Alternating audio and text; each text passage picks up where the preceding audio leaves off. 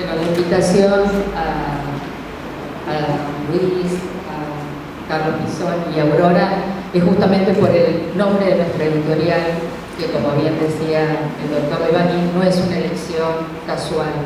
Laura Bonaparte, además de haber sido una militante toda su vida de derechos humanos, era una colega que trabajó en el hospital público durante muchos años, que tiene muchos materiales escritos y que nosotros sentíamos la necesidad de reivindicarla y homenajearla poniendo su nombre en la editorial, poniendo el nombre de una colega militante de derechos humanos, en la trascendencia de la posibilidad de la escritura de otros colegas a todo el país y a otros países incluso donde llegan nuestros materiales. Así que, ¿ahora?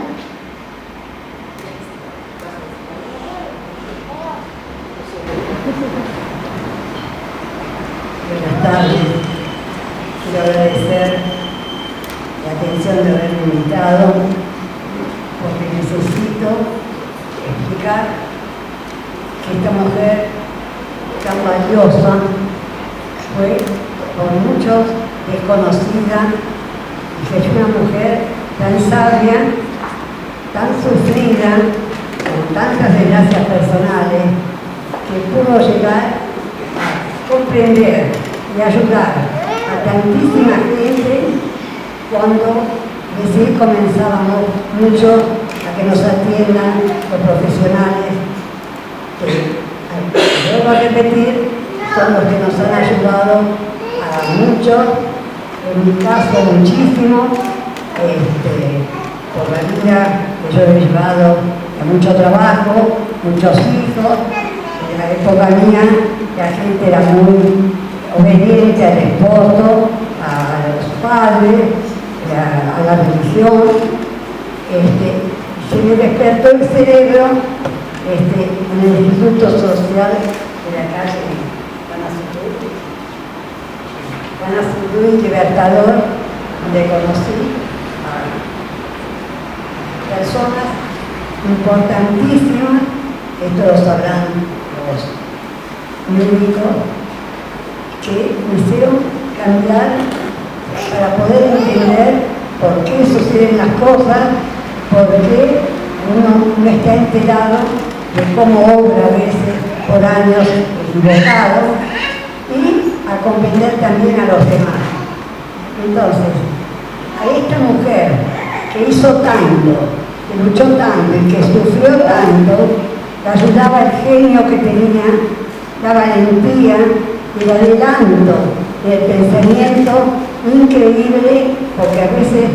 no se puede entender cuando una persona tiene tanto para dar y por haber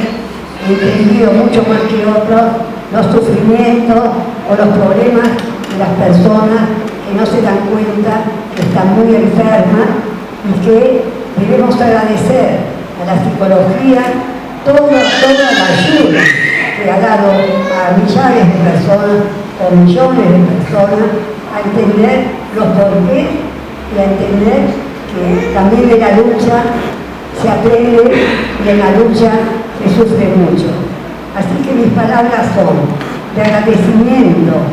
a Laura Bonaparte, a todos los que trabajan en este sentido por la salud mental, y el cariño de no haberla tratado mucho, sino haberla conocido en madre, pero sí darme cuenta del valor, la valentía y la inteligencia que tuvo Laura Bonaparte. Para mí es un honor saludarla delante de usted, a una persona inteligentísima que sufrió terriblemente golpes en la vida y que pudo sobrellevarlo ayudando a otros. Así que el respeto, el agradecimiento y el honor para mí de haberla conocido.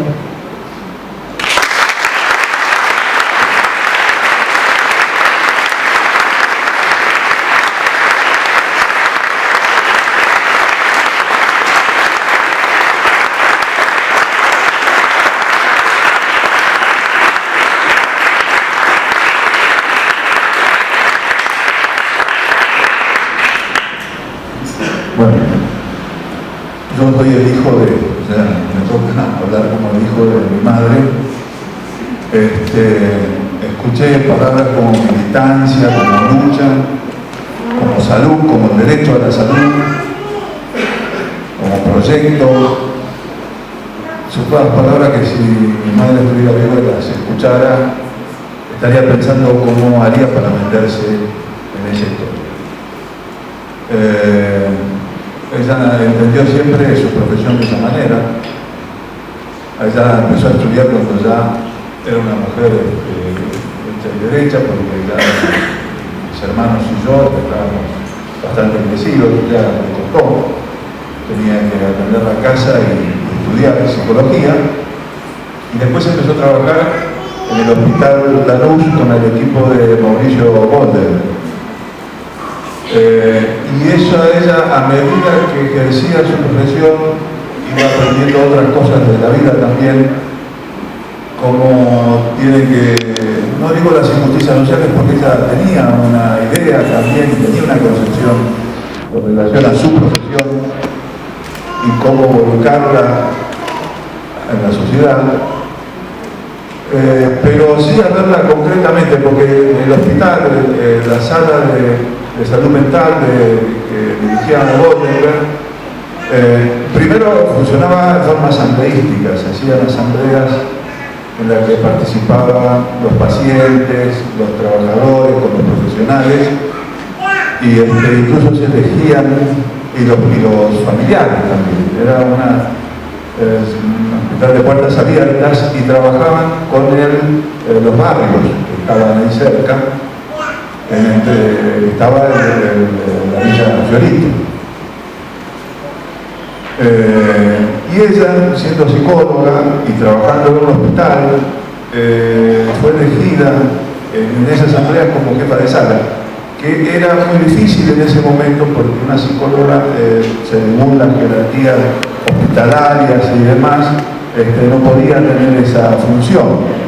Pero en función del tipo de mecanismo con que se trabajaba en ese momento ahí con el doctor Goldenberg, bueno, ella fue la primera psicóloga que trabajó como jefa de sala en el servicio de salud mental del Hospital Lanús, que es el actual Hospital del Cristo. Ellos se manejaban en relación con la comunidad a través de los curas que trabajaban en Villa Fiorito. Ese era el contacto que ellos tenían con la comunidad, y los curas eran de los primeros curas que trabajaban en las villas en esa época. Incluso, eso estoy hablando al principio de los años 60, Carlos Mujica, antes de empezar a trabajar en la Villa de Retiro, fue a visitarlos, a los curitas estos que le decían los curas franceses,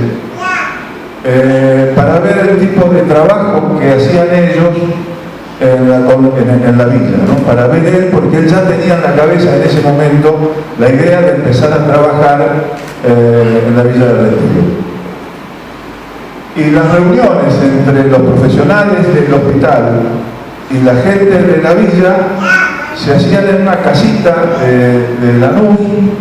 de una calle que decían la casita de la calle Olíder, que todavía está,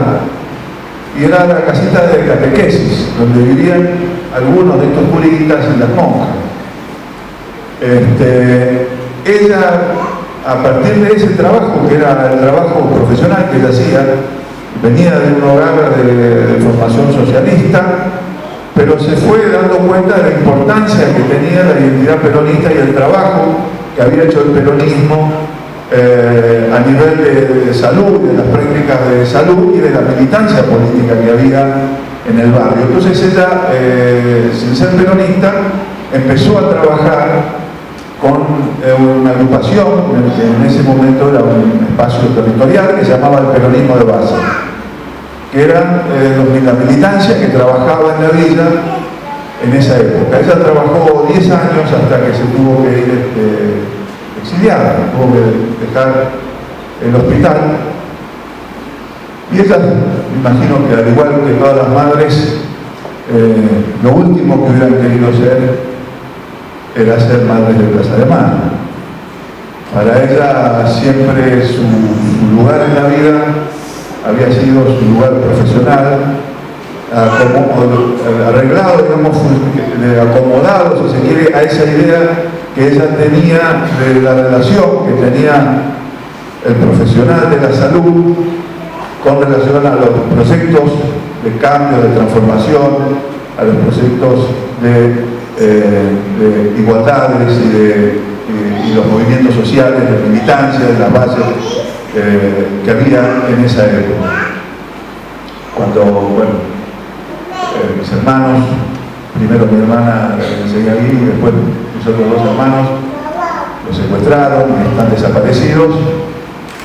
Ella estaba, en ese momento había tenido que salir del país porque ella también la perseguían.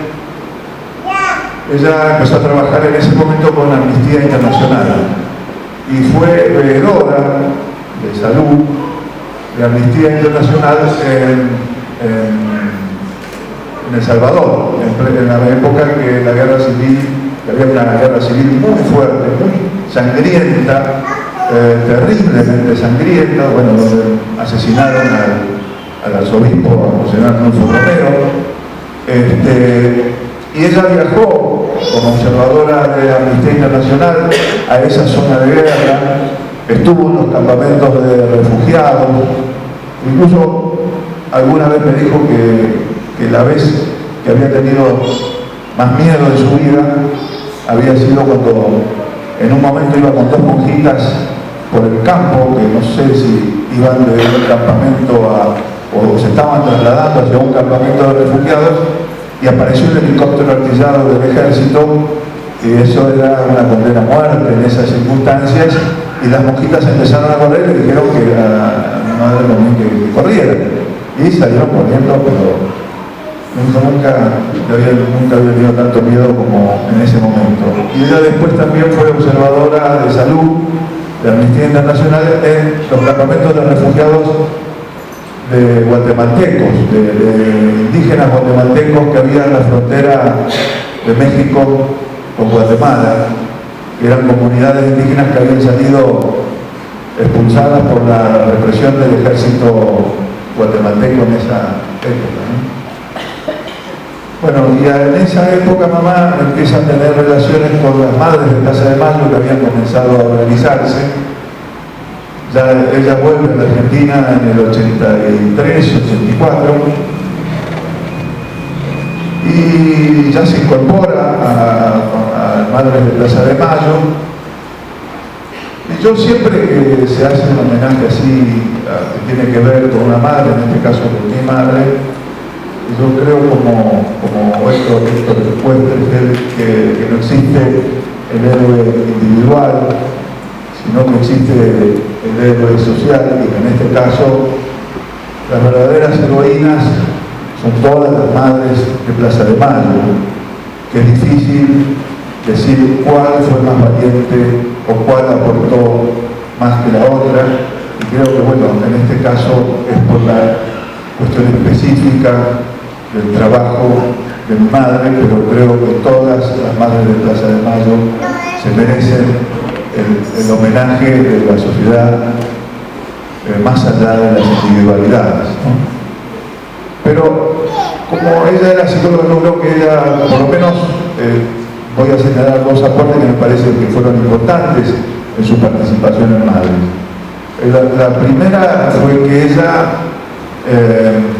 se dio cuenta de la terrible tragedia que implicaba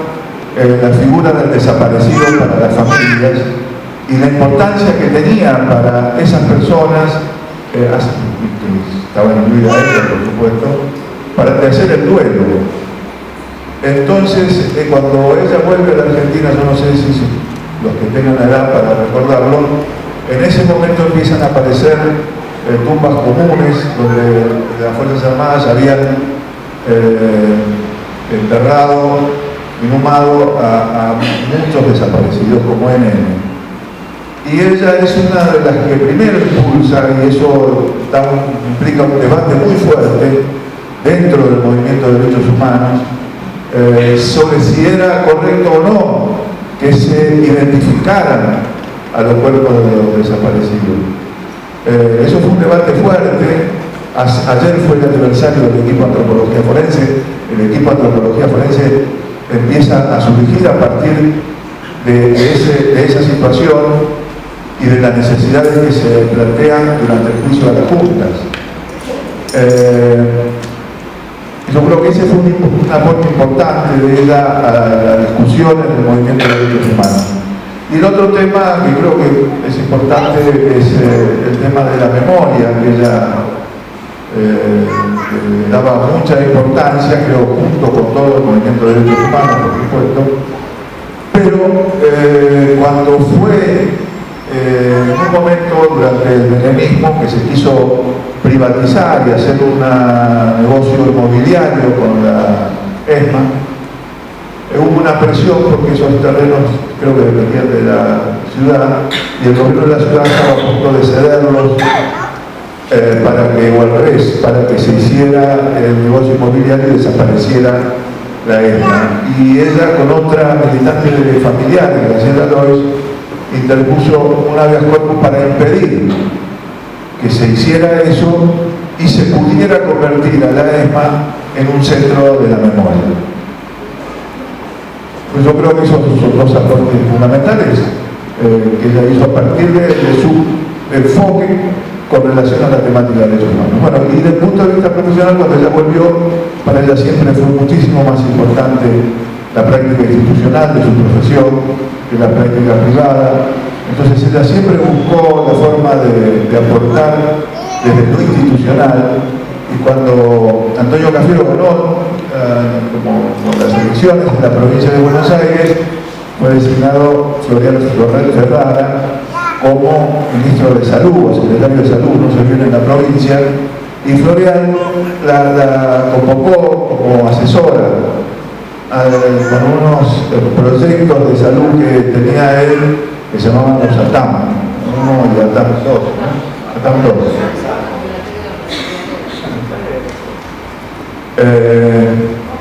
Bueno, yo creo que para mí es un orgullo estar aquí y como no me queda más que agradecer esta posibilidad y esta idea que han tenido, porque creo que, como les dije antes, que si ella viviera y hubiera escuchado estas palabras y estas ideas que se volcaron, hubiera querido estar aquí con ustedes. Buenas tardes a todos y todas. Muchas gracias a las autoridades del hospital por la invitación, especialmente a Edith, que es una compañera y amiga de hace tiempo, y a las autoridades del Ministerio de Salud, también por esta gran idea de presentar esta editorial, de presentar este libro, estas becas, en este lugar tan emblemático, en este hospital tan emblemático, y con el nombre de una compañera tan emblemática como es Laura Bonaparte. A mí me toca todos los días desarrollar mis funciones en el Espacio de Memoria y Derechos Humanos, EXESMA, y como bien decía acá Luis, gran parte de que hoy estemos ahí, que hayamos conquistado ese lugar para el pueblo argentino y que ese 24 de marzo de 2004 Néstor Kirchner lo haya abierto, lo haya devuelto al pueblo, se lo debemos a Laura Bonaparte, porque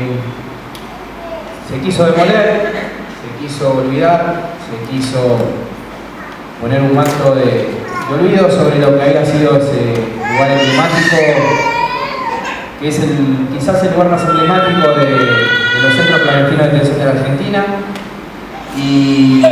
se quería hacer un monumento a la reconciliación nacional. Incluso había unos edificios que se hicieron enfrente que ya mostraban el parque que iba a haber. Y hoy hay 1.400 personas que estamos ahí todos los días trabajando, entre los cuales Canal Encuentro, Canal Pacapaca, Deporte TV, los centros culturales, distintos espacios de los organismos de derechos humanos, una tecnicatura de periodismo deportivo y una de música popular, la voz gratuita. Y todo eso también, y hay que resaltarlo, en gran parte se lo debemos a la UNA. como tantas cosas, tantos hechos y tantas victorias que hemos obtenido durante todos estos años, y que quizás muchas veces no nos damos cuenta que nosotros tenemos unos emblemas de lo que es la lucha, la resistencia, la dignidad, como son las madres de Plaza de Mayo. Tristemente los tenemos en nuestro país, porque no los querríamos tener, no querríamos estar haciendo este acto, inaugurando esta editorial, pero lo estamos haciendo porque también hay que reconocer a los que han luchado y a los que han tratado de aportar su granito de arena para que las cosas cambien. Y nosotros entendemos que las madres de Plaza de Mayo son ese ícono en el mundo de lucha, de resistencia, de perseverancia, de dignidad. Piensen ustedes que muchas de ellas han esperado más de 30 años, 32, 34, 35, 36 años para ver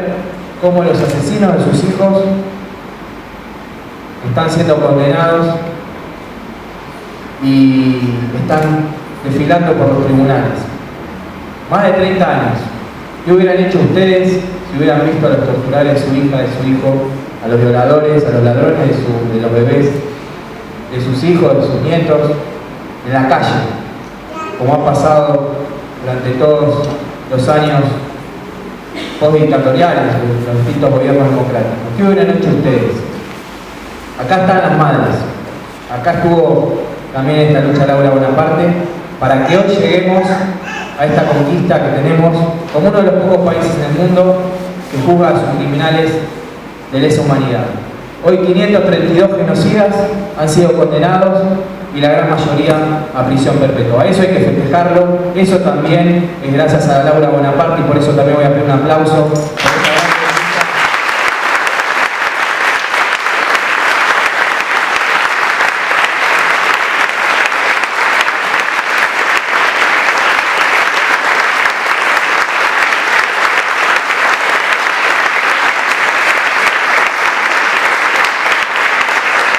Claro que sí, y también tenemos que discutir y debatir con aquellos que dicen que este tipo de actividades